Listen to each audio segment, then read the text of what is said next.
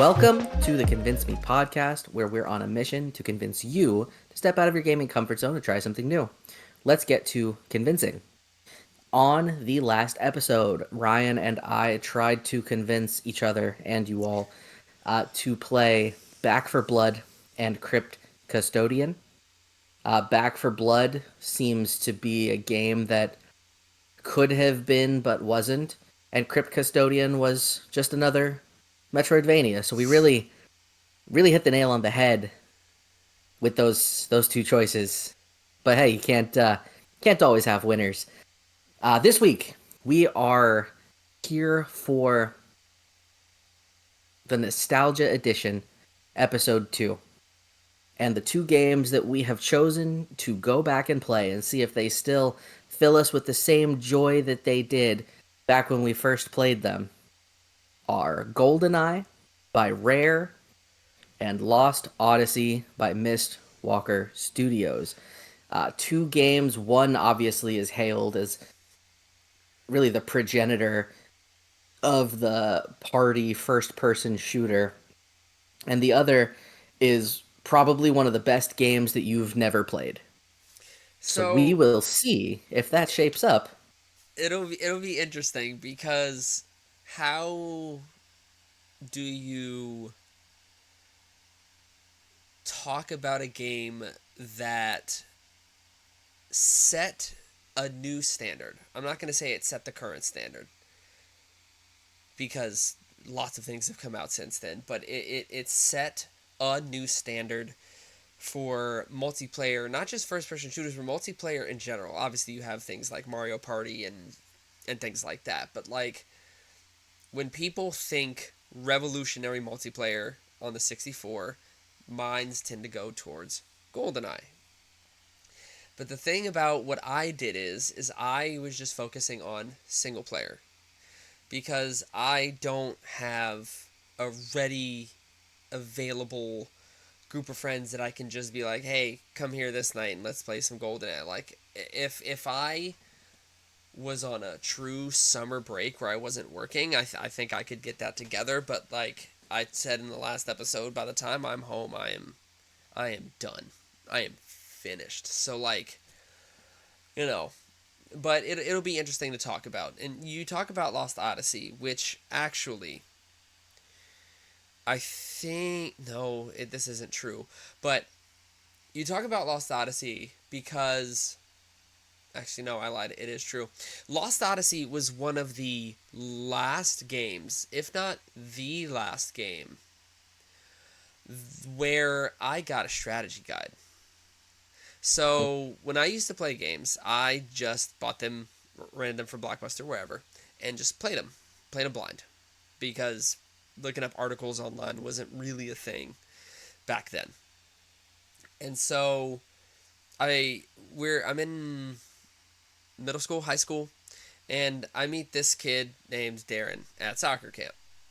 And so we start talking about video games, and he's talking about all his favorite games, which most of them at that time were JRPGs. And Darren was a strategy guide kid. And so before I met him, I never touched a strategy guide because I was like, what's the point? Um, because I just want to play the game the way I want to play. So fast forward a couple years or so, maybe even less than that, I start getting strategy guides. I remember I had a strategy guide for God of War 2, I think, Lost Odyssey, got one for Last Remnant, and I think a couple others. And this game was the last one I got a strategy guide for because I remember playing through it and going, I'm not really the way I used the strategy guide, I just did what it said to do. But partway through Lost Odyssey, and I vividly remember the part I was at. It was the part where there are like these sinkholes that you can fall into. Um, I don't remember like what point it was. I just remember that dungeon, and I was like, I'm not playing this game. I'm just following words on a page.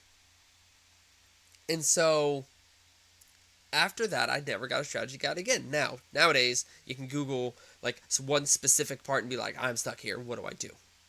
Strategy guides weren't the same. You bought a book that was dedicated to the whole thing and you paid. a decent chunk of change for him. So the question of the week: do you think strategy guides still have a place? And I mean physical copy strategy guides. Do you think they still have a place with the state of the gaming landscape being what it is? Oh man. So yes and no is the short answer. Uh, the obvious answer is you can Google anything you want to know at this point. And there's even some websites that have pretty much dedicated themselves to being what strategy guides were in the first place. I mean, Game we can go all FAQs the way was back to like, revolutionary. you know, say GameFAQs was definitely that one back then. But I say yes and no, because I think that we'll start with no. No, because there's so many games that are so open. How do you write a guide for an open game? The short answer is you really can't. I think the point of a strategy guide implicitly demands that the game is more or less linear, and I feel like we have really gone away as an industry from the concept of a linear title. I mean, Skyrim To has a strategy guide, doesn't it? Skyrim has a strategy guide, but it is easy to do that because the major quest lines are implicitly linear. What is open is the like open-ended, like how do you want to go about things. It doesn't give you things that you have to do in an order. The Radiant, Um whatever it's called. Basically. So I mean, in that case, each quest in and of itself is linear. There's not a bunch of different ways to really complete the same quest. It's if I'm doing this quest, this is what has to be done to get it done. The dungeons were not really that procedurally generated. Like you knew that if you were going into Bleak Falls Barrow in this playthrough, Bleak Falls Barrow in your next playthrough is exactly the same. So in that sense, because there are linear aspects to it, you could do the concept of a strategy guide. But if we use Bethesda as the example, and now we look at Starfield's dungeons, insofar as content existed in that game, um, were all procedurally generated unless they were a part of the main story or one of the main factions. And so how you can't write a quest for a dungeon that's procedurally generated because it is more or less being created in real time with assets that you may or may not have seen earlier. Yeah, that's true. But then you would have a strategy guide for the planets that you do know, and for the things that are set. Because, like you said, there is a Sure. main quest line that and set side quests. Although there might be a procedurally generated. I guess there would be. I don't know. Starfield is a Mhm. mess, but um, But so in yeah, that sense, like yeah, I think there has to be linear components of it for a strategy guide to exist. That being said, the reason that I do think that there could still be a place for them, honestly, is games like Pokemon, where you can have the way that Pokemon strategy guides always worked, where each route that you were going to be on, it would give you a full list of the trainers on that route, what their Pokemon were. It would give you a full list of what wild Pokemon you could catch on that route, what those levels were. And so you could plan out how you were going to go about things accordingly.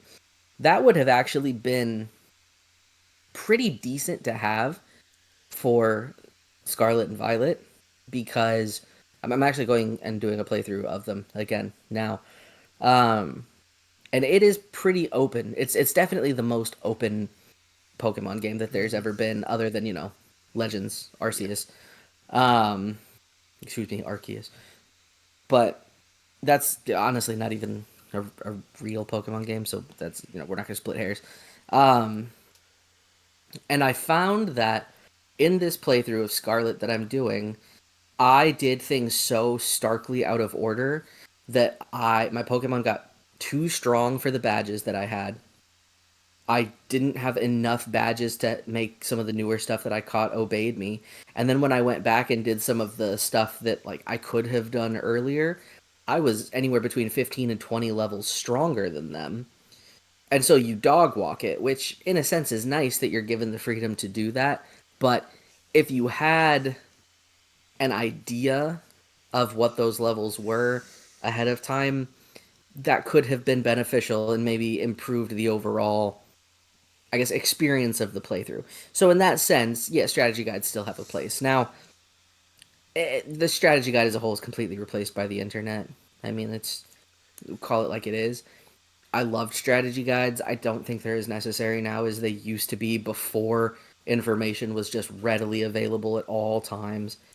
Because I mean, imagine going back and trying to collect every ultimate weapon in Final Fantasy X back in 2002 when your best search engine was Ask Jeeves. So it just yeah no I think I agree. I you and I are people that have a certain appreciation for like physical things. Mm-hmm. Like Mm-hmm. that is I believe the only place that a strategy guide still has is having a physical book that you can hold, because for those who don't know, video games used to come with manuals, and as a kid, and honestly even if they existed today, but specifically when we were kids, you would get a new game and you'd open the jewel case or the plastic, whatever it came in, and there would be one of the best things in the world right there on the left side of that case, a manual. And a lot of the time a manual would be an in-world thing that helped you get immersed in this game that you were about to play before you even inserted it into your console. And it was one of the best parts of driving home from the mall or the game store or wherever you went. You were just building up this hype because you had this physical thing to look through that told you how to play before you played it, because this was also before a time where there was an hour of tutorial with pop-up menus popping up in your face like you had to read ahead of time to learn how to play. um, but there was just something about that physicality of cracking open the case and getting ready to just immerse yourself in whatever it was you were about to play. And like God forbid there was a lore dump in the gaming manual that you got, where you could you became an archaeologist in this world. So I think that is really the only place that a strategy guide would even have a place for is physical collection, and that's really it. Yeah. And I mean, even at that point, why not just get art books? Let me tell you something. I am not against getting a good art book. There are three art books that I must have that I Okay. haven't gotten. They Mm-hmm. might be similar to yours. Mm-hmm. Elden Ring, Yep. Bloodborne, and Clair Obscur. Oh, Those I would love to yeah. have those three art books. Yeah. Clair Obscur, 100%. Elden Ring, absolutely both it and Shadow of the Erd Tree. Um, there's quite a few. I'd love a cyberpunk art book. That'd be dope. To be fair, I actually have Final Fantasy 16's art book, and it's so incredible. Didn't you find it on like super Um, discount or something? no, it was just a Target. Oh, yeah, that's nice. I That's I real nice. wish I could still get the art books of the mobile game I used to play, but they sold. It's the only merch they ever actually officially released were those art books, and there were four of them, Oh wow. and like four full art books, and I never got a chance to get any of them because they sold out within moments because they never officially put any of the merch for that game on the Square Enix store. And so I never got to get one. I did get one. I got the first Final Fantasy Brave Exvius War of the Visions art book, which is also just absolutely incredible. But I would have loved to have gotten my hands on the FFBE art books. I when they mean, were available. there are a lot of games that are coming out, like the digital deluxe, and a lot of the time, a decent amount. I don't know that I want to say a lot, but a decent amount of the time they'll come with like a digital art book for like the game or whatever. But that Yeah, but it's never complete. it's never complete, and it also just isn't the same as opening an actual. This is coming from a librarian, so like I'm gonna lean more towards physical media, but like Sure. it's not gonna be the same as opening a physical book to look at the art. But yeah, so strategy guides. The the game that I did this week, maybe a strategy guide would have been helpful. And I only say that because my game of the week was GoldenEye 64 by Rare. Rare isn't what it used to be. And for those who weren't around or weren't in the gaming zeitgeist at the time, Rare was a company that could take a genre of game and almost master it. Like they could take any genre of game and just do an incredible job of it. They're platformers, first person shooters.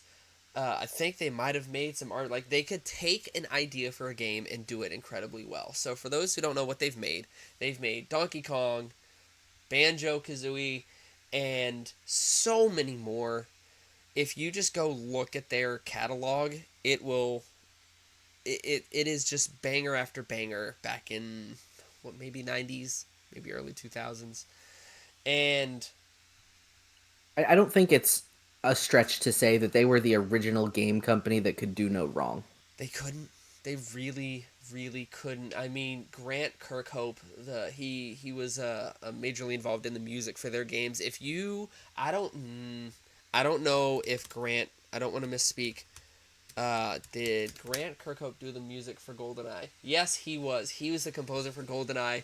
If you go and listen to GoldenEye's soundtrack, it is So good. so good. To It's this day. so good. Just the pause menu music alone, to the point where I have a Galaxy Watch, and my Galaxy Watch is the pause menu from GoldenEye.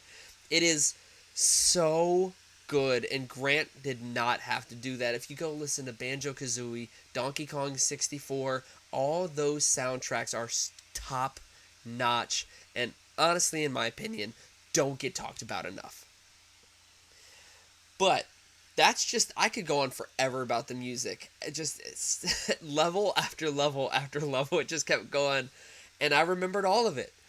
And even though I remembered the music, I still had some moments where I just was sitting there in awe of like, this dude did this with in 64-bit. He was dropping absolute schmangers in 64-bit audio. And that is, it's just impressive. So AK-64, man. dude, so Darren and I were on a video call, I think earlier this past week, and Hmm. we were listening to Donkey Kong 64. That was us, right? Hmm. Yeah.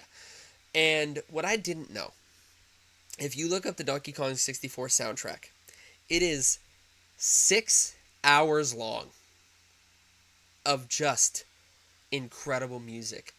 Did the Donkey Kong rap? Rare literally could do no wrong. But going to GoldenEye, GoldenEye is a James Bond 007 game that is based on the movie of the same name, which was one of Pierce Brosnan's GoldenEye features. And you just play through the story. And it is a first person shooter. And obviously, I don't have GoldenEye for the 64, so I played the Game Pass version. And so playing the Game Pass version, I think, allowed for some leeway in how I critique the controls of the game, because the Nintendo 64's controller was garbage. I will never be swayed to think that the 64 controller was good. You can think that it was functional. That's fine. Sure, the game's worked. But a controller that requires 3 hands to operate at all times is never a controller that I'm gonna like promote ever in any world. So yeah, I don't know what Nintendo was thinking with the 64 controller, but But it's the so iconic. it not for a good reason. It's iconic for the same reason the Xbox Duke is, like just because of the asinine nature of it. Let's be honest. Sure, but there's something to be said about if you showed somebody a silhouette of that controller, they'd know. Because it's bad. Could you see the difference in a silhouette between a PlayStation 1 through 5 controller? Maybe. One to Maybe towards the two, 5. no, especially not when they got the DualShocks. PS2 to PS3, still no. 3 to 4, yes. But 4 to 5? regardless, No. nah, it'd be harder. Um, so maybe that could be a segment we have where we have to Oh, guess man. which iteration of a controller it is. Hmm. So, yes, GoldenEye is I noticed something when I was playing. It I started on agent, whatever the lowest difficulty is. I think it's agent, double O agent, secret agent, or so. I forget the 3 difficulties, but I started on the lowest level because I just wanted to go through. And something I realized when playing through this game, if you're playing on the lowest difficulty, these levels are not long at all. And I tried to speed run one of the levels just to see like what I could do. Like I didn't kill everybody. I just went through, killed who I needed to kill. One of the levels I finished in a minute and a half. When I say they're short, they're pretty short. But then you take the difficulty up to the highest level. So I don't know if you ever really played single player GoldenEye. So there are objectives to finish. And the higher difficulty you select, the more objectives. You also get hit harder and deal less damage to the enemies. So the first level, which is the dam, where you have to get through, follow the truck to the end of the level, and then bungee jump or skydive off the lab on the dam. I beat that level, no problem. Quick. Then I was like, you know what? Let me try something. Crank that joint up. I think you had to crank up the difficulty to unlock the cheat codes that existed. So I go in there, and something I realized about the control immediately upon playing. Do you remember when you played back on the 64? You had to hold the right shoulder button in to bring up the reticle, I think. I think you had to hold the right button in because I believe Z was fire. And then C was to look around. If you remember, I don't think I'm misremembering this. You would hold to bring up the reticle, and you would aim, but the aim would auto-snap back to the center when you weren't moving. So you'd hold the reticle down, push a C button in a direction, and they turn, but the moment you let go of C, the aim would snap back to the center of the screen. So you couldn't, like... The controls were floaty, right? It was kind of hard to get a bead on the enemies because the reticle was constantly like going over here, and then when you let go, it shifted back to the center. So you could only ever fire at the center of your screen, but the reticle would go to all the way to the side, and then you'd have to let go to snap back to the center to start firing. That's hard. In the remaster, it plays like modern games where you hold down the LT or L2 or whatever to bring up the reticle, and you aim where you aim. Even with that, it took me no less than like 7 times to beat the first level on the hardest difficulty. Because on the basic level, You just have to get to the dam and jump off. That's all you have to do. The highest difficulty, you have to get to that bridge, but you have 3 other objectives. 1, destroy all the alarms. So there are these little gray boxes with a little red thing in the center that you have to shoot and blow up. The next objective is you have to use this like comm converter thing, and you have to find the one computer, and you have to aim your reticle and throw this comm at this little screen to download some codes, or to upload like a virus or whatever. Then you have to go through the level, find another area where you can then download the codes. Here's the issue. You press RB or left bumper, or you can use Y to switch weapons. The only way you can pull out this thing you need to throw on the computer is by pulling up your watch and manually selecting it. Here's the other problem. The first time I did it, I missed the computer. Need to restart the level because you can't take it off. You have one shot. So if you throw this joint, and keep in mind, I aimed my reticle directly at the computer. What I didn't realize is when you throw it, he throws it in an arc. So I was aiming right at the computer, at the monitor, and this I can just toss that joint way up on the wall. I'm like, oh, all right. So I try to pull it down and shoot it down or whatever. No, you have to pull up your watch, go to abort, and start the mission all over again. Granted, like I said, the levels aren't long, so it didn't take too long to get back to that point. So you have to do all that, and if you die, you have to do the whole thing over again no matter how many objectives you completed. And then you have to deal with the 64 jank. So the AI in this game is what had me rolling, because obviously the AI was programmed on the 64. So it was so funny watching AI, their idea of smart tactics. Let me show you. I'll explain what I'm doing to audio listeners in a second. Let me show you exactly what the AI did when I was shooting at them.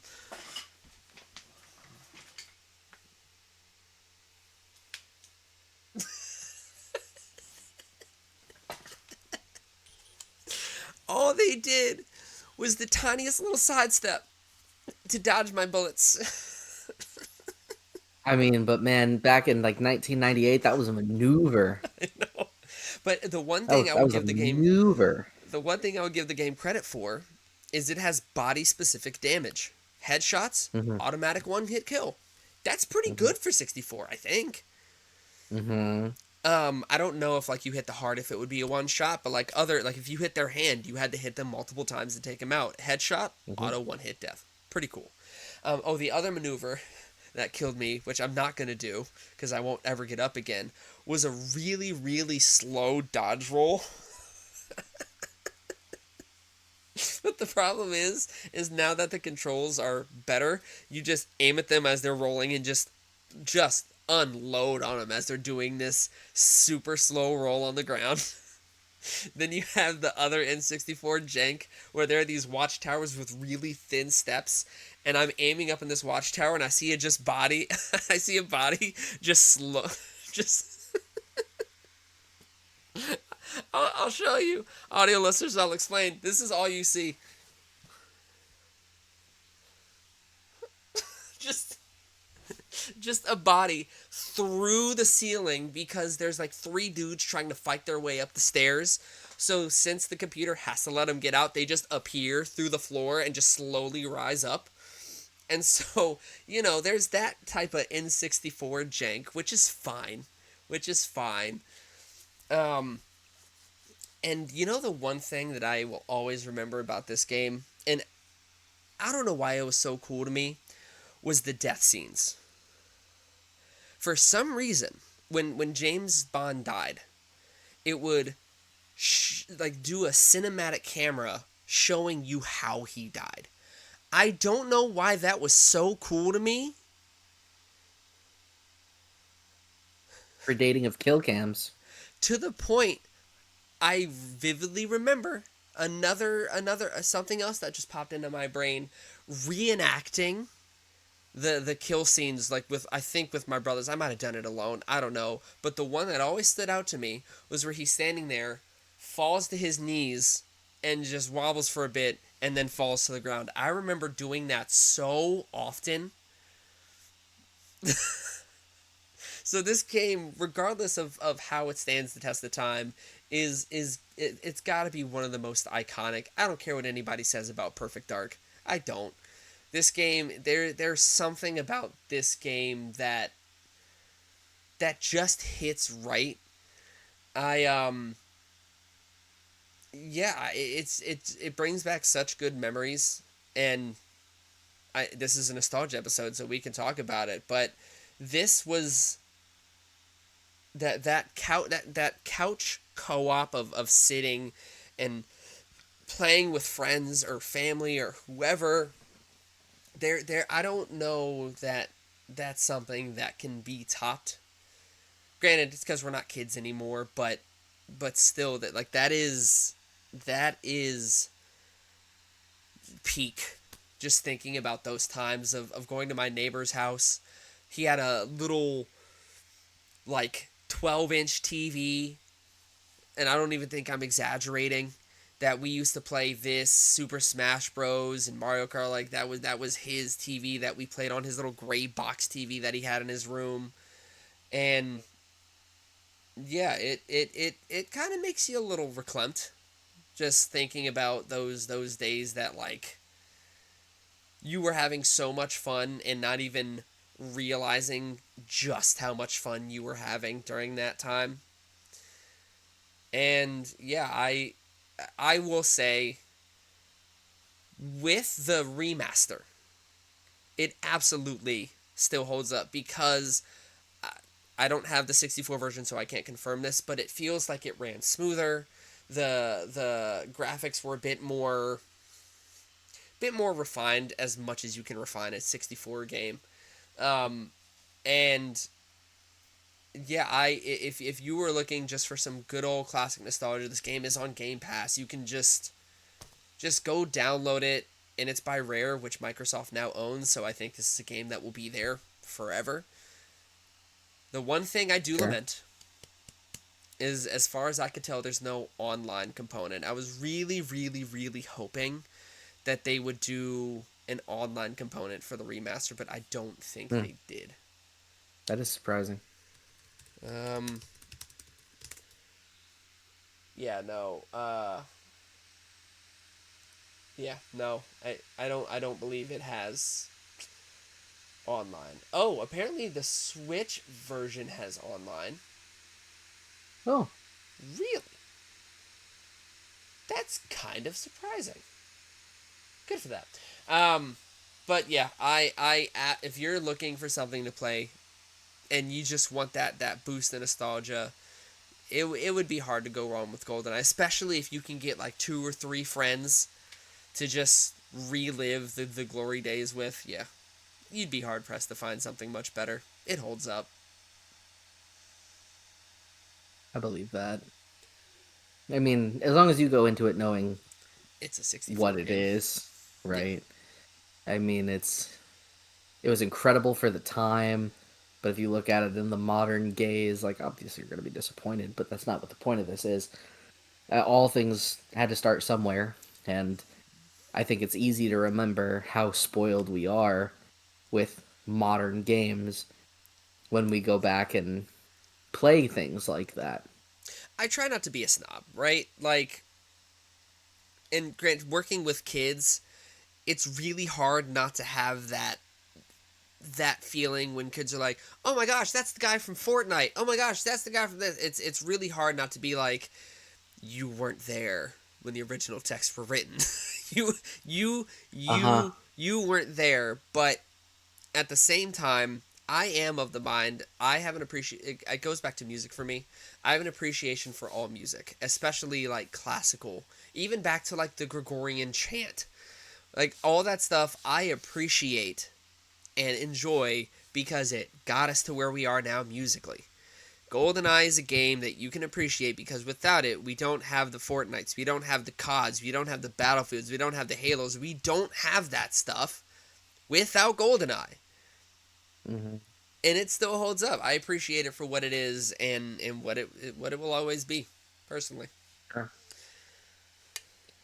I feel the same. Long story short. Um, so my game this week, Lost Odyssey, published by Mistwalker Studios. Mistwalker published other games such as Last Story, Blue Dragon. Blue Dragon, which has apparently become just an immensely successful media franchise and IP, Really? spawning an anime, spawning. I think it got a sequel game in Japan. I think, wasn't it a Um, DS game? it might have been, I don't know, but it got a sequel, which Yeah, DS. Cool. is phenomenal. And it's still quite popular, as I understand. Cool. A little bit of background on Mistwalker, because at the time, I mentioned this in our previous nostalgia episode, but 360 was, you could make the argument, significantly more successful than the PlayStation 3 in many, many ways, perhaps all of them. And the one thing it did well is it tried really hard to capture more of the foreign audience. Whereas, in Japan specifically, Nintendo and Sony were, mainstays in the home, and the Mm-hmm. Microsoft console was just not that thing. So enter in one man, a Hironobu Sakaguchi. Ryan, do you know who that is? Uh-huh, but please, enlighten everyone. I shall. He is largely hailed as the father of Final Fantasy, Mm-hmm. and you could make the argument then that he is the father of the JRPG. Now, up to this point in time, Hironobu Sakaguchi did not lead a game's direction since Final Fantasy V. Now, that's Final Fantasy V in Japan, which is the game where your hero is Bartz, for those who know or don't, or who don't care. Um, and Hironobu Sakaguchi's relationship with Square Soft, also Square prior to the merger with and becoming of Square Enix, had really soured because of what could be argued the most spectacular financial failure of a franchise of all time. And that would be the movie Final Fantasy: The Spirits Within. If you've never seen it and you love terrible things, that's one to see. So a few years later, Hironobu goes in, talks to some people that he's familiar with in the industry, and they form Mistwalker Studios. Um, which is basically a split partnership studio between both America with Microsoft and Japan. And they created Blue Dragon, and then they created a couple other things along the way. And then they created Lost Odyssey. Lost Odyssey initially, when I purchased it at a GameStop as a young lad. In fact, this might have even been a like one of those games that I had to beg my mom to get for me. You would have been 16. Yep, it would have. I think it was 2007 in Japan, December 2008 2007. Yep. in Japan, 2008 in Oh, so you'd have been 17. Okay. in yep. No, because it was early 2008. Mm. Um, but yes, it would have been my junior year of high school, and this game. Now, mind you, this is really before Microsoft and really the entire entertainment industry went the direction of Blu-ray discs. Mm-hmm. Because that was the thing of this particular part of the console war, is that The PlayStation 3 was Blu-ray, and the launch Xbox 360s were something called HD DVDs. Man, if anybody still happens to have an HD DVD copy of a movie, that's, I mean, I don't know if it'll ever be worth anything, but in my heart it is. Um, so Lost Odyssey came in that classic, green plastic case, but you could make the argument that it is the worst packaged game of all time.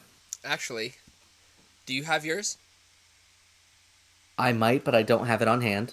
Hold on. Do you have? Keep talking. Oh, I'll do be you right have back. it?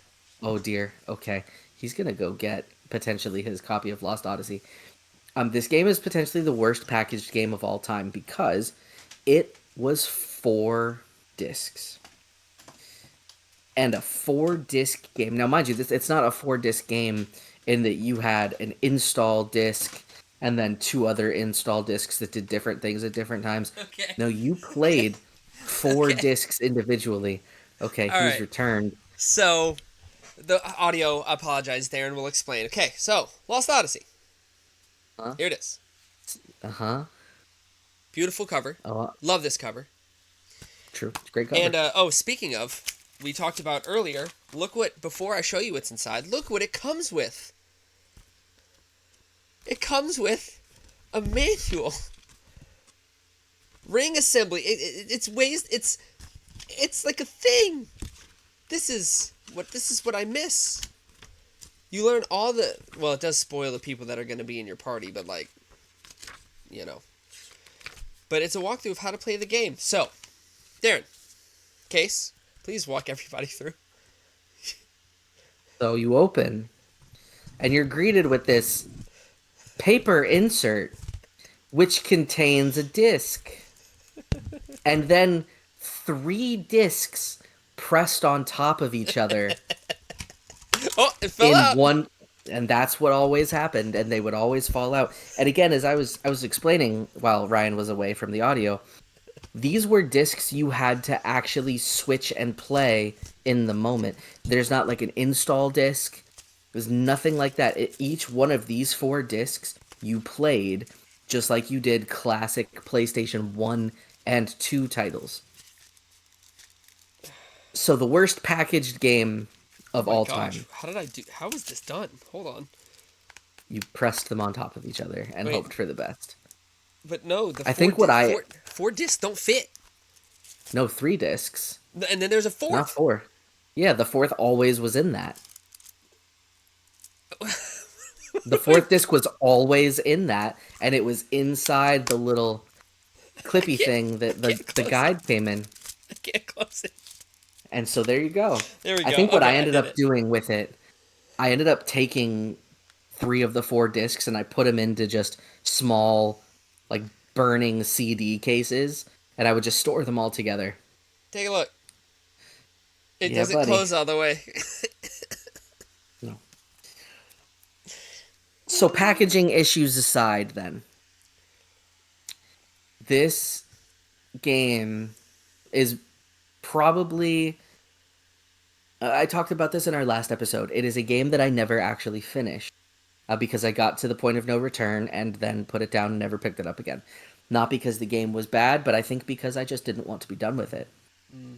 And as I started this game up, and I'm reminded of how absolutely idiotically insane the start of this game is, and how they just throw you into it, I was immediately hooked back into this story. Were you 17 again? So, well, if only, but it was 16, but if only.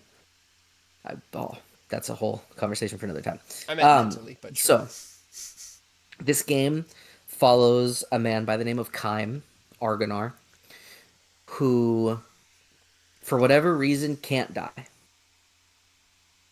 And you learn as you progress through that he's effectively been alive in this world for 1,000 years. And does not seem to have any of his memories as of when the game begins. No idea why, but he just doesn't. He knows who he is. He knows what he's doing at the moment. He works as a mercenary, pretty much for whoever will hire him. pretty early on, like right after the opening scenes of the game, which to this day, for a game that came out in we'll say 2007, the scope of the war that occurs in the beginning of this game through grainy, like gritty, dark cutscenes, and how really cool, honestly, it is, still holds up so well in ways that I didn't really expect I think it to hold up.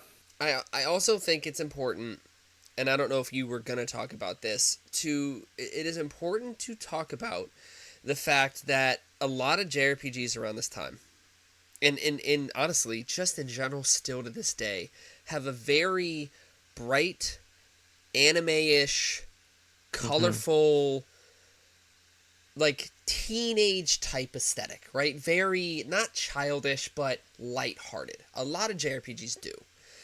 And if you search for Reddit posts, because there have been a ton of them, of people being like, hey guys, I'm looking for like a dark, gritty, realistic type JRPG with adults.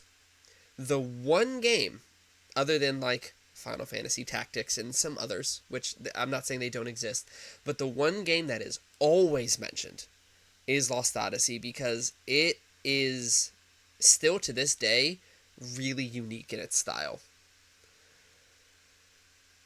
For those wondering, like this is a game that, as those of us who really loved Expedition 33, this was the game that we kept mentally comparing it to because Clair Obscur is the first game since Lost Odyssey that has done really the things that it's done. You know, created a compelling world with great characters and a really dark, very adult story. Um, but anyway, so they throw you into this war right at the beginning of the game, and you go through and you get your not even combat tutorials. It's just keep attacking until you beat what you need to do.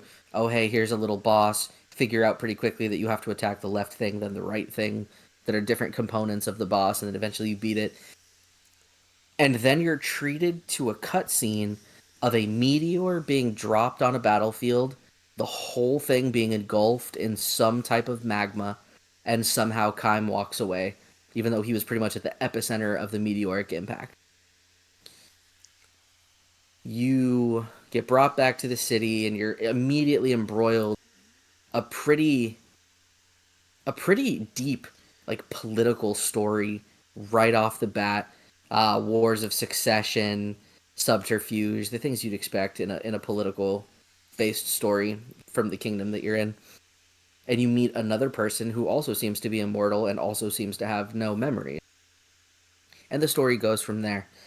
Um, but what this game still does well is I the turn based combat that this game is still to this day one of my favorite systems because you have two classifications of characters.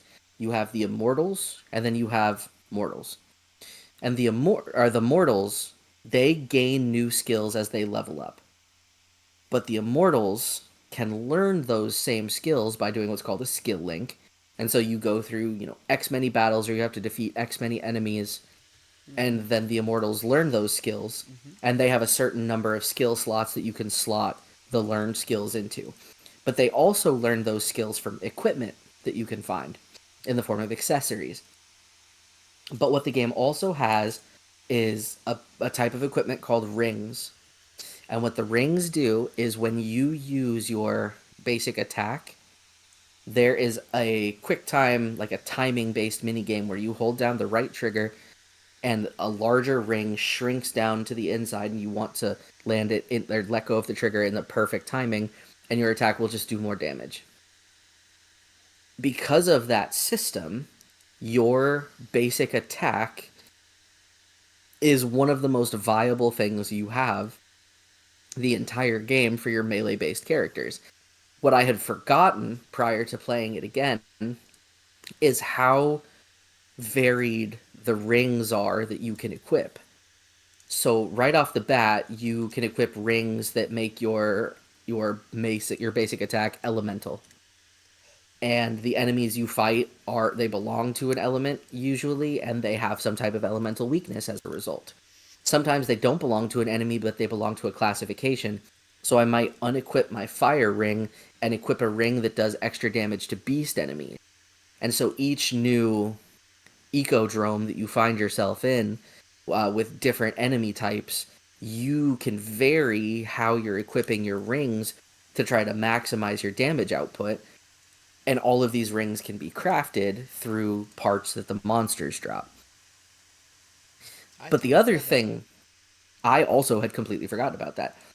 But the other thing that I forgot about is how well this game hides items in plain sight.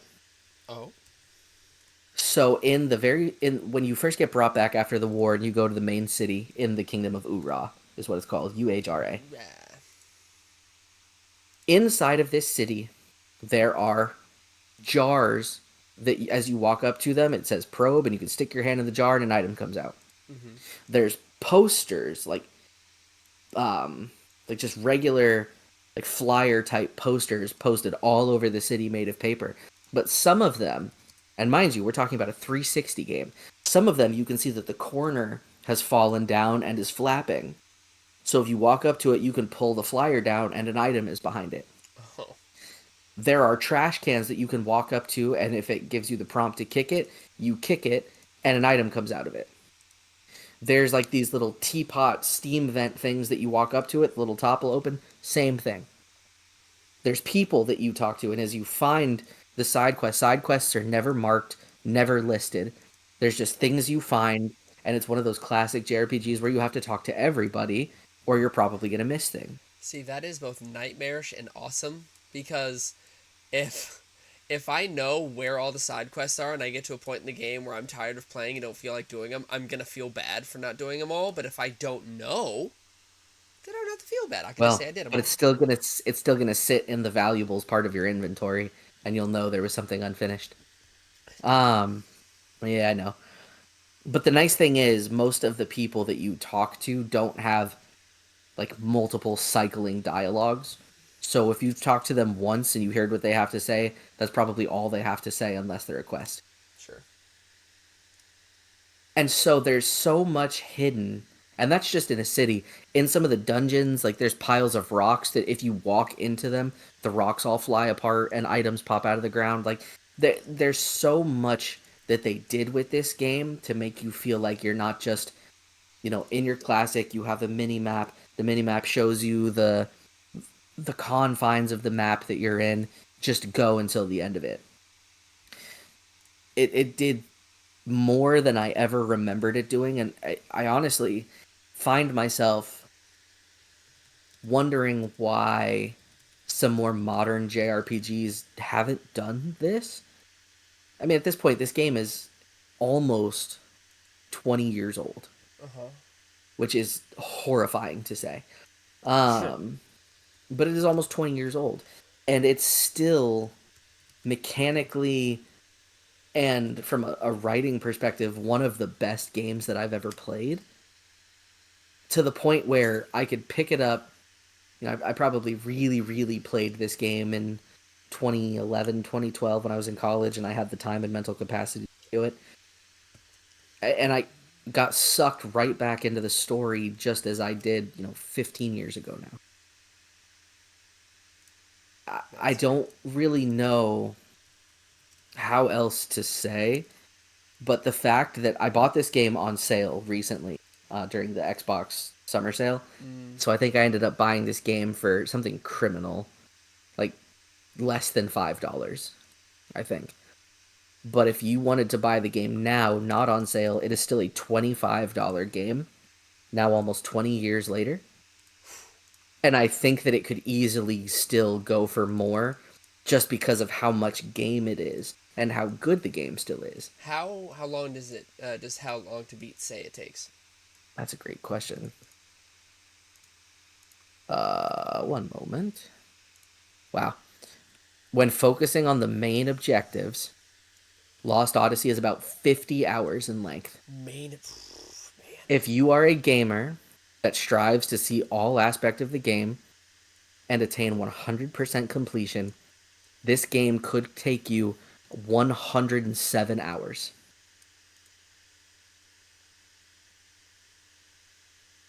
And it is a 20-year-old JRPG on the Xbox 360 that, unless you are a big fan of JRPGs, I promise you've never played.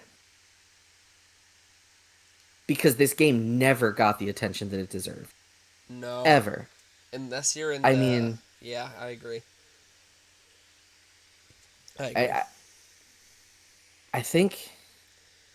Did I tell you about this game? I think I might have. Honestly, it's very possible. And I think I'm trying to think of what the first JRPG other than Kingdom Hearts. Kingdom Hearts honestly might have been my introduction to JRPGs, and I don't even remember who introduced me to that. I don't know who it would have been. But The I original wouldn't, Kingdom Hearts? Yeah, that because was. that was a one. Yeah. So yeah, that would have been my Yeah. introduction. So you probably would have told me about it, because this was before a time where I could be on like a video game website and see all the new upcoming games. I don't even know how we got the information about games we found, to be completely honest. Like It's Game true. Informer might have been the only thing I had for the longest time. Well, but I mean, I also want to state this just for the sake of stating it, right? It's easy to have not, I guess, paid attention to this game when it came out. The following games, if we're saying that this game released in the West in 2008, which it did, the following games released in 2008: Grand Theft Auto 4, Fallout 3, Jeez, dude. Metal Gear Solid 4, Left 4 Dead, Call of Duty World at War, Star Wars The Force Unleashed, Gears of War 2, Saints Row 2, Fable 2, God of War Chains of Olympus, Far Cry 2, Burnout Paradise, Mario Kart Wii, Mirror's Edge, Braid, Little Big Planet, Alone in the Dark, Mortal Kombat vs. DC Universe, Need for Speed Undercover, Silent Hill Homecoming, Persona 4, Army of Two, Valkyria Chronicles, Resistance 2, Resistance Fall of Man 2, Banjo Kazooie Nuts and Bolts, Command and Conquer 3, Pokemon Platinum, Sonic Unleashed, Assassin's Creed Altair Chronicles, Dissidia Final Fantasy, Super Mario Sluggers, 007 Quantum of Solace. So the one, gosh, what a year! Goodness gracious. The one that stands out to me that I think could have been a comparable niche is Persona 4. I don't Mm-hmm. know that Persona reached any type of heights until Persona 5. Really. Probably not. I mean, people love But Persona 4. a lot of those, goodness gracious, what a Oh, fun year. and Rock Band 2, of course. What a year. So Mm-hmm. I mean, I don't blame anybody who's never heard of it, because like, unless you're in the JRPG scene, why would you? But no, I, even without having revisited it, I feel like I can confidently say that it's absolutely still worth visiting. Now, for those who don't know, how do you enter combat, Darren? Yes, it is random battles. My So if that's something kryptonite. that grinds your gears, get over it. Um, to go back to that point though, if it did release early 2008, let's say that you, like the rest of us, got the games that you got for the year during like Christmas holiday time. Do you know what games you would have gotten potentially in 2007 around holiday time? And why again games like Lost Odyssey would be completely overshadowed? Would that have been Red Dead Redemption 1? Well, let's go ahead. Well, that was called Red Dead Revolver. Um, No, Red Dead, like let's Red Dead Redemption 1, I think. which Would was have been Red Dead Revolver. 360. No. Red Dead Revolver, then Red Dead Redemption, then Red Dead Redemption 2. Well, Red Dead I don't know. Revolver was PS2, I think. I thought it was Xbox. Um, Anyway, let's go through what games you would have gotten holiday 2007, shall we? Yeah, that's 04. I BioShock, I absolutely had that. I got that day Halo, one. Halo 3, Assassin's Creed, Portal, Uncharted, Drake's Fortune, Super Mario Galaxy, Call of Duty Modern Warfare, Mass Effect, Crisis, God of War 2, Metroid Prime 3, Corruption, The Witcher 1, Fire Emblem Radiant Dawn, Legend of Zelda Phantom Hourglass, Rock Band, Half-Life 2 Episode 2, Manhunt 2, the band game, Ratchet and Clank Future Tools of Destruction, Guitar Hero 3, Need for Speed Pro Street, Forza Motorsport 2, Skate, Cooking Mama Cook Off. Why not, right? The Orange Box. If you Oh my know, you know. gosh. If you know, you know. Mario Party 8, Heavenly Sword, Eternal Yeah. Sonata, Eternal Sonata, and Contra 4. That was just holiday? That was just 2007 as a whole. But if you're Okay. somebody who got a lot of your games in holiday Yeah, you had time, to get. and that's Jeez. not even close to everything of note, because that's Jeez, me dude. ignoring Tomb Raider anniversaries. That's me ignoring all the Lego games that came out. That's me ignoring Spider Man 3, which, of course, I mean, gets a mention. Okay, so Red So, Dead I mean, Redemption was 2010. Okay. So man, yeah, no, I think it's fair to say if you didn't never heard of Lost Odyssey, makes total sense. But I think but we if can you both enjoyed, agree, yeah. yeah, if you enjoyed Expedition 33, please play this. If you haven't played Expedition 33 and you plan to play Expedition 33, do that and then go back and play this because it's obviously it's still a game from 2007, 2008, so the visuals are correspondent, but it is one of the greatest achievements in storytelling in a game, and I haven't even mentioned a whole aspect of the game Oh, called Thousand Years of Memories, oh my gosh. which is effectively exactly what it sounds like. It is Kime randomly throughout the story. You will find yourself in places where one of Kime's memories comes back, and it is told entirely through text with background music and sound, and like background visuals that change, just like scenic backdrops. And they span everything from like the kind of creepy that makes your skin crawl to absolute soul crushing sadness. So for to give to put into perspective, I haven't touched this game since I played it when it came out. Right? Keep in mind, 17 years ago. 17 years ago. I still to this day remember one story It's the so first story. so like I don't remember the finer details, but I remember the feeling that reading this story gave 17 years later. And remember how it hit so hard 17 years after the fact. In fact, I even remember the title 17 years later. And it is the first memory that you reclaim in the game. And as soon as it happened, I pull out my phone and I start recording the song that plays to send it back to Ryan. Because why wouldn't we have a game done by Hironobu Sakaguchi without a soundtrack composed by Nobuo Uematsu, which just means that the music in this game is incredible, and it is. I still sat on the world map to listen to the world map music for far longer than I ever should have, and it definitely kept me from playing as much as this game as I should have over the last week.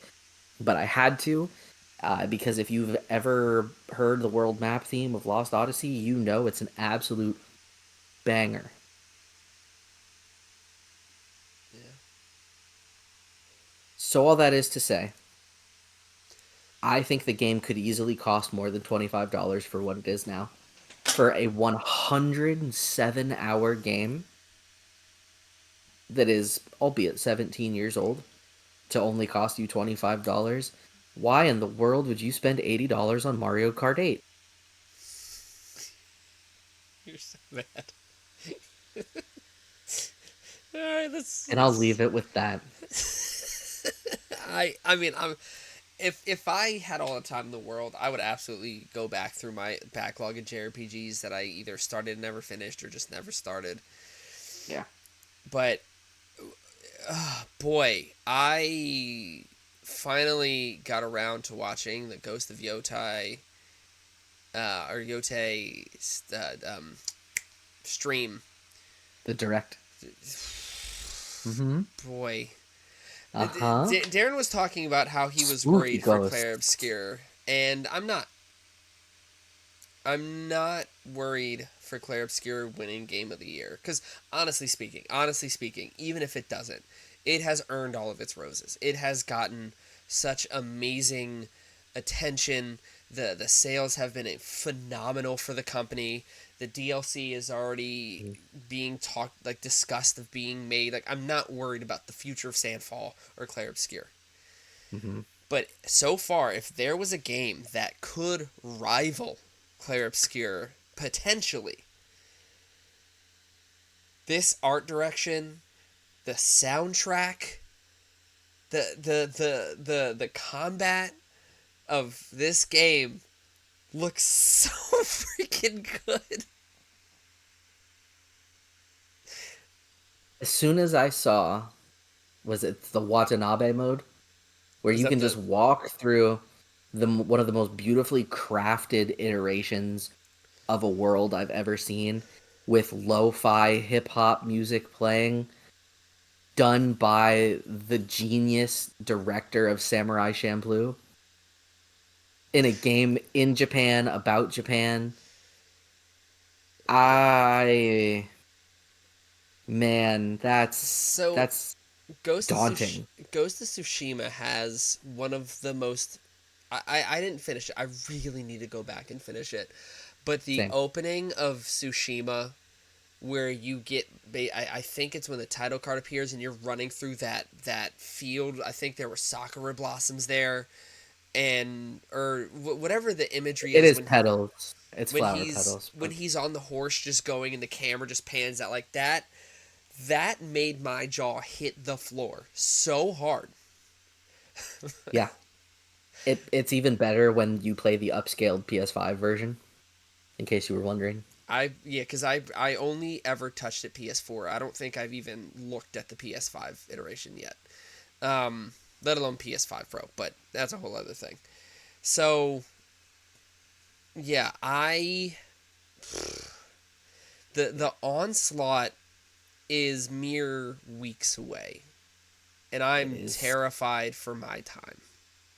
I could I'm make gonna the argument it starts in 4 days for me. I'm gonna have to pick and choose so hard because not only do we have August, which is Mafia, Metal Gear Delta, and something. Lost Soul Aside. Then we find out that September. No, that's Borderlands. So yeah, Lost Soul aside, but then we have Wu Chang Fallen Feather, which comes out in like 2 weeks from now as a Game Pass release. So I don't even have to pay for it. I'm in the middle of playing Fuga, Melodies of Steel. Wait, Yeah, once I get Donkey Kong Bonanza next week, once my and summer who camp knows? ends and I'm not in the sun all day and I have a bit more energy at the end of the day, then I can think about like really putting in time. But the thought of having 3 more weeks in this heat and being exhausted when I come home, the thought of putting time in makes me so excited but so scared Yeah. because I know I'm gonna have to pick and choose. There's no way I can get everything that I'm gonna want to get because of finances and also time. Mhm. There's no way. Yeah. I mean, I'm equally there with you and genuinely concerned. just because I potentially could get everything that I want, but like, what then? It's just gonna sit there, and I know myself, and I know that anything that I have started, if I haven't beaten it by the time Borderlands 4 comes out, is getting set aside and largely forgotten about. Until So you that finish the means, game once. but probably not, because then I will immediately start a game with another character. And they've said that Ultimate or that True Vault Hunter and Ultimate Vault Hunter mode are coming back, which means that's 3 playthroughs worth of difficulty and 4 characters to do it. So that's 12 playthroughs. Oh And my they've god. officially said, as of when I looked like 2 hours ago, Borderlands 4 will have the first non linear story. Yep, that's the right face. So, um, Yeah. So you only have one game to care about. Like, let's be honest. The onslaught doesn't matter to you. oh, but it does, because there's so much I want to play, let alone the fact that I have to play a new game every week for the show. Like But that, where's that going to come from? we've already determined that we put in as much as we can because the whole point is for us to play these like people with full-time jobs because we are. People who are True. tired at the end of the day, and some people who may listen to this may only play on the weekends, and they only get a couple hours a True. week. Like the Raf, our guest from our only ever guest episode so far, says he's only getting like 4 or 5 hours a week. It's true. Which actually begs a question, just a fun little pop in question. Are there any games that you have started with the show that you feel guilty for not putting more time into because you actually really enjoyed it and want to keep playing? Yes. Yes, I have. Let me. While you go ahead, you go ahead, and So, I'll go back through our catalog. so easily for me, like Moonlighter is like the one that I really want to go back and play more. Another Crab's Treasure is another. Mm, Um, another Crab's Treasure is actually a big one because it was just so good and so much fun. Um, I would have loved to play more Eternal Strands, but there's just so much. There's just so much. Um, and then I mean, really, the one game that you presented to me that has like really stayed with me that I want to play and absolutely haven't is Lost in Random, which of course now has a sequel on Games Pass. So now that's a whole thing that I need to yeah. be able to do at some point. I do have mine. Claire Obscure. No. My answer is. Oh my gosh, so rude. My answer is probably Cassette Beasts. Sure, but that's not even on Games Pass anymore, so you don't have to worry about that. I know. You gotta But buy oh that wait, one. but I didn't it come out. I think there was a Humble Bundle that had it a few months ago. I think I just own it I now. I Um, didn't have that yet. but yeah, Cassette Beast, and like here's the thing. I'm doing this because I like exploring new games, and maybe I will find a new favorite game. I don't know. Um, Mhm. but this is also just because time is very important, and I don't know. I like to think that reading a review from somebody whose job it is, right? Somebody who gets paid to write reviews, somebody who gets paid to do that. That is their career. That is what they do. I'm not saying their job is easy or whatever, but what I'm saying is when that's what you do, it's hard to have the perspective of somebody. Granted, I don't know how they work, but it feels like it could be hard to have the perspective of somebody who works a regular job, who just wants to play games as a hobby for a couple hours a week, right? And when you read a review from somebody who writes game reviews for a living or is a game journalist, like that's their life. That's their livelihood. And for us, it's not. It's just a hobby that we care about, and we get to the pleasure of playing these things and talking about them from a perspective of this isn't my life. I have other things that come way before games like work, family, friends, other hobbies, things that are take more of a front seat than gaming does. And so hearing people who live that kind of life, which a lot of other people do, hearing that perspective, I don't know, I feel like would help me personally. So Yeah, when we do these episodes, like yeah, we may not finish the game. We may not make it further than like 2, 3 hours into the game. But sometimes that's all you have in a week. it's true. So if a game can't hook you and me in the first, if it's a JRPG, it's a little different. But if you're playing an action, a Metroidvania, a platformer, for FPS, if you're playing any of those and you're not hooked within the first hour or two, I don't know that you will be after that point. It's true. Because for a lot of these games, 3 hours, 2 to 3 hours, you've almost made it through a fifth of the game some of these times. So I think that's why I don't feel bad about not making a ton of progress in some of the games that we talk about, is because, like, the progress that we make, that's probably progress that some people have time for. And if we're not hooked, they might not either. Um, but what I didn't talk about for GoldenEye was the PD, PB, or PU, the put down, pick up scale. And I think that something I didn't realize growing up, because I always just hit next, next, next, start level. There's a dossier before every level that tells you exactly what to do and gives you context of the mission and lore behind the mission, which is super cool. Playing this was the first time I ever did that. So that was neat. But it's one of those things where if you don't play it for a while and you really care, um, it has a dossier of like everything that you've done in missions up until that point. So that helps a lot. And the levels are short. It's the remaster version has modern controls. So yeah, I feel like you could do that really well. I'm going to assume that Lost Odyssey isn't the best for put down pickup scale because it is a JRPG. Yeah, and it's an older JRPG, so it doesn't really have um like the Modern, objective in the corner at any yeah, point. right. But yeah, I.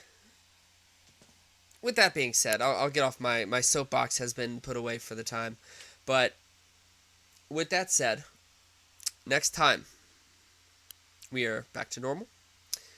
Hmm. And I'm very excited for mine because this actually might be an episode that will cater to your fiance, Darren, and Oh. people who really like cozy games. So the game that I am doing is called Minami Life, or Minami Minami Minami Life, and it's by three people, as far as I can tell. Their developer names are Doot, Blibloop, and Zaku.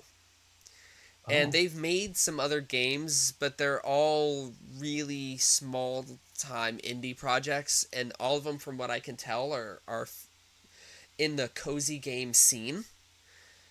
Um, and they're not super expensive, which I'm very excited to try a game. Like I think Minami Life on Xbox, I think it's like $5, and I think it's the same on Steam. So it'll be nice to talk about just a low stakes game that's just a cozy, like city building simulator thing. I think I'll have to look more into it when we play for next week, but very excited. Darren will be talking about Monster Sanctuary. Darren, what can you tell us about Monster Sanctuary?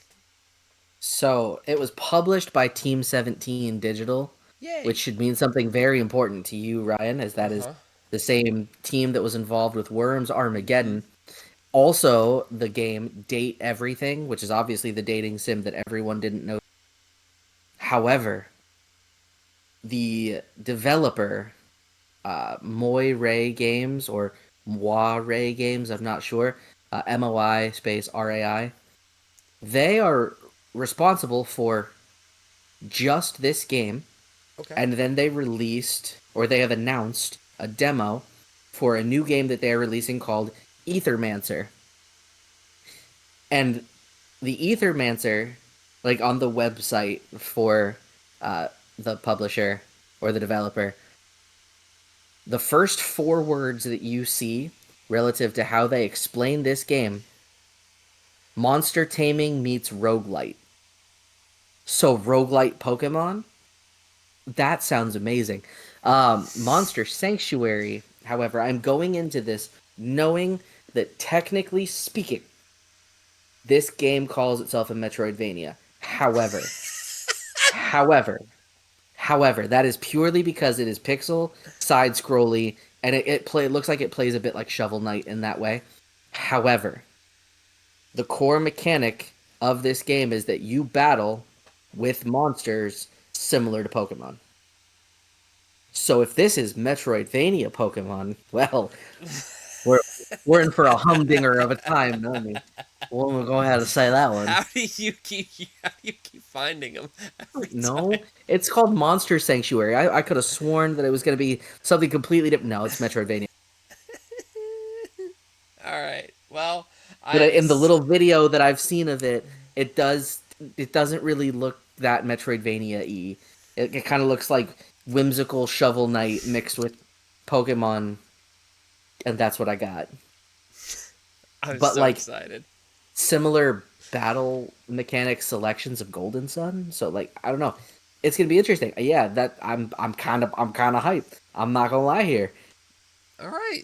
Sounds awesome. Thank you all for chiming in. Thank you all for tuning in, and we appreciate you coming by. If you're still here listening to our voices, I I've nothing but appreciation for you and your time. If you wanna hear more from us or speak to us, please find us at Convince Me Gaming or Convince Me Media. Our information is on the screen, and yeah, please leave feedback, follow, subscribe, all the good things. Leave a review. And with that said, Darren, Are you convinced yet? To listen to me play more Metroidvanias.